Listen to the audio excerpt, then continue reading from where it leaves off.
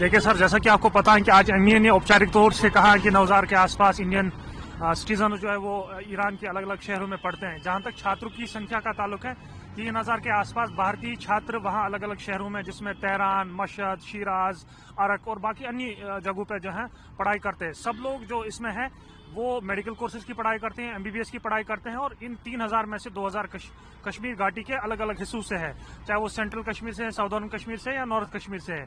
Iran में गुज़श्ता कई सालों से ये पढ़ाई करते हैं और बड़ी संख्या चूंकि इनमें है, तो इनके परिवार काफी ज्यादा डरे हुए थे, सहमे हुए थे, डिस्ट्रेस में थे, एंक्शस थे। और उन्होंने हमसे रिक्वेस्ट की कि आप भारत सरकार के साथ मामला टेकअप करें। भारत सरकार जब भी अनप्रेसिडेंट टाइम्स होते हैं, चाहे बात ईरान इसराइल की हो, चाहे बात यूक्रेन वाला वार की हो, चाहे बांग्लादेश की हो, या बाकी अलग अलग अनप्रेसिडेंट टाइम्स क्राइसिस होते हैं, तो भारत सरकार के साथ हम लगातार हमारी कम्युनिकेशन, कोऑर्डिनेशन, लाइजनिंग रहती है इन चीजों के ऊपर। तो हमेशा भारत सरकार, खुसूसन एमईए और प्रधानमंत्री ऑफिस जो है हमेशा टोज पे रहता है, और जगह जगह पे जहां पे हमारी स्टूडेंट्स की दिक्कत हो जाती है उन पे वो हमेशा पेश आते हैं। तो इस बार भी हमने भारत सरकार से रिक्वेस्ट की थी, प्रधानमंत्री को चिट्ठी लिखा था, देश के विदेश मंत्री को चिट्ठी लिखा था, कहा कि आप इमीडिएटली इंटरवन करें इस मामले को।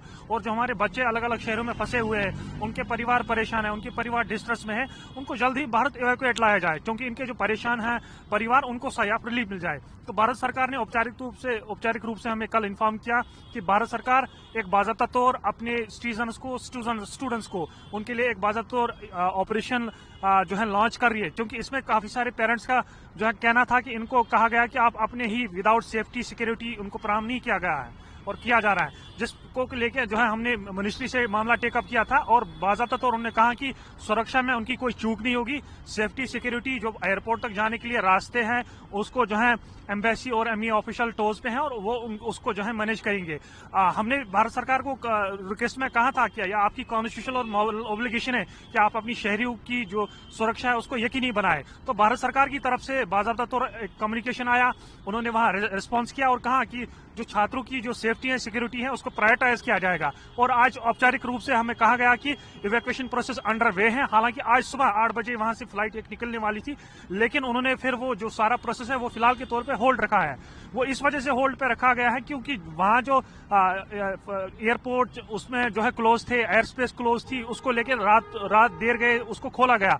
और भारत सरकार और एमईए ने कहा कि हम ईरानियन काउंटर पार्ट से मामला हमने टेकअप किया है, हम सिचुएशन को एनालाइज कर रहे हैं, कहाँ पे दिक्कत है, कहाँ पे जो है कई सारी सिटीज में जो है हालात जो है नरम हो रहे हैं, हालात स्टेबल हो रहे हैं। क्योंकि हालात इन कई दिनों से जो है खराब थे, प्रोटेस्ट थे, डिमॉन्स्ट्रेशन था, क्रैकडाउन था, जिसको कि लेके हमारे जो पेरेंट्स कश्मीर में हैं वो काफी ज्यादा परेशान हो गए थे। तो फिलहाल के तौर पे ऑपरेशन होल्ड पे रखा गया है। और जो बच्चे आना चाहते हैं, अपना टिकट जिन्होंने खुद बुक किया है, उसके लिए भी भारत सरकार उनको मदद कर रहा है, फैसिलिटेट कर रहा है, ट्रैवल एयरपोर्ट तक उनकी सुरक्षा, उनकी सेफ्टी और बाकी जो इश्यूज है उसको एड्रेस करने के लिए एमईए और बाकी एम्बेसी के ऑफिशियल्स जो है टोज पे है, और सारा सुरक्षा के इंतजाम किया गया है। फिलहाल आज के तौर पे जो है आज शाम रात देर गए 12:30 बजे एक फ्लाइट आ रही है, जो कि कनेक्टिंग फ्लाइट आ रही है। वो पहले तेहरान से यहाँ शारजा एयरपोर्ट जाएगी, शारजा से फिर दिल्ली एयरपोर्ट रात के 12:10 पे आएगी। दूसरी फ्लाइट महान एयरवेज के थ्रू आ रही है, एयरलाइंस के थ्रू आ रही है, वो डायरेक्टली दिल्ली एयरपोर्ट पे आएगी, वो रात के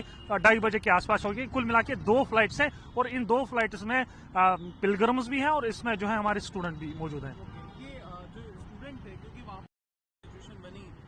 लगातार हो रहा था, तो आपसे कैसे कोऑर्डिनेट कर रहे थे, कनेक्शन आप लोगों का हो पा रहा था? इसमें 2 तरीके कनेक्शन हमारे पास जो जिनके साथ हम स्टूडेंट्स के साथ राब्ते में थे। एक वो स्टूडेंट्स जो अलग अलग शहरों में थे जहां पे हालात खराब हो गए थे।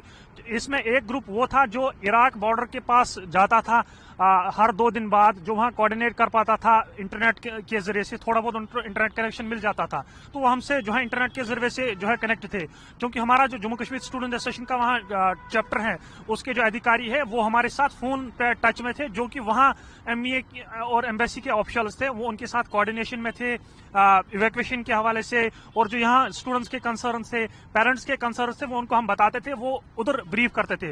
इधर हम एमईए ऑफिशियल्स के साथ दिल्ली में जो है संपर्क बनाए थे।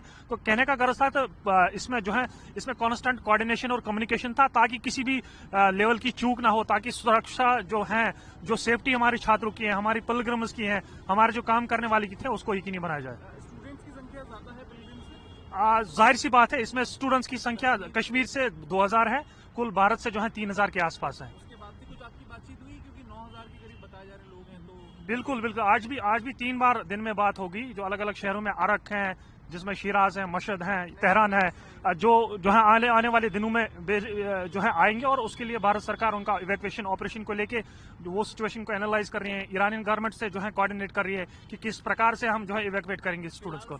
फिलहाल सारे स्टूडेंट सेफ हैं।